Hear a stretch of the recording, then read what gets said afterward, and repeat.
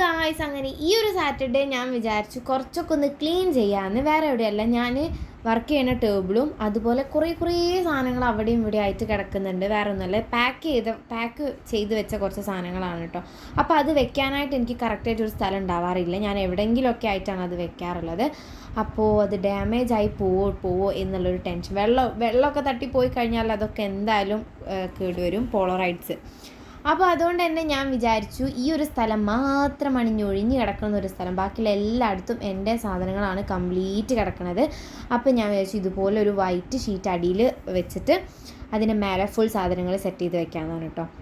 ഇതുപോലെ പാക്ക് ചെയ്ത് വെച്ച സാധനങ്ങളൊന്നും ഞാൻ ഇന്ന സ്ഥലത്ത് അങ്ങനെ ആയിട്ട് വെക്കാറില്ല. ഇപ്പോൾ കസ്റ്റമേഴ്സ് നമുക്ക് ഒരു 1 വീക്ക് മുന്നേ ഓർഡറൊക്കെ കൺഫേം ചെയ്ത് കഴിഞ്ഞാൽ നമ്മൾ സാധനങ്ങൾ ഒരു 2 ഡേയ്സിനുള്ളിൽ എന്തായാലും സെറ്റ് ചെയ്ത് വെക്കുകയാണ് ചെയ്യാറുള്ളത്.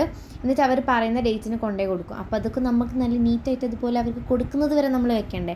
ബാക്കി ഫുള്ള് പിന്നെ അവരുടെ കയ്യിലാണ്.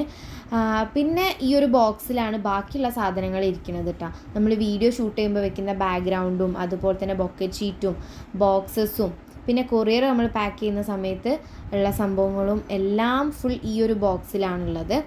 ഈ ഒരു ബോക്സാണ് പിന്നുള്ളത്. ബാക്കി പിന്നെ ഫുൾ നമ്മൾ മേശ അങ്ങനെ ഫുൾ സംഭവങ്ങളിലാണ് വെച്ചിട്ടുള്ളത്.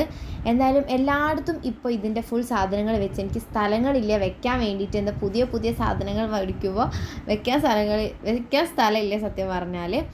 എല്ലാ സ്ഥലത്തും എൻ്റെ സാധനങ്ങളായിട്ടുണ്ട് ഗൈസ്. അപ്പോൾ അതുപോലെ നിങ്ങളുടെ വീട്ടിലും എങ്ങനെ സാധനങ്ങൾ നിറഞ്ഞിരിക്കുന്നുണ്ടോ എന്നുള്ളത് പറയണം. പിന്നെ ഞാൻ ജേർണലിങ് ചെയ്യാൻ വേണ്ടിയിട്ടുള്ള പ്രിപ്പറേഷനിലായിരുന്നു. അതിൻ്റെ വീഡിയോ എന്തായാലും ഉടനെ വരും.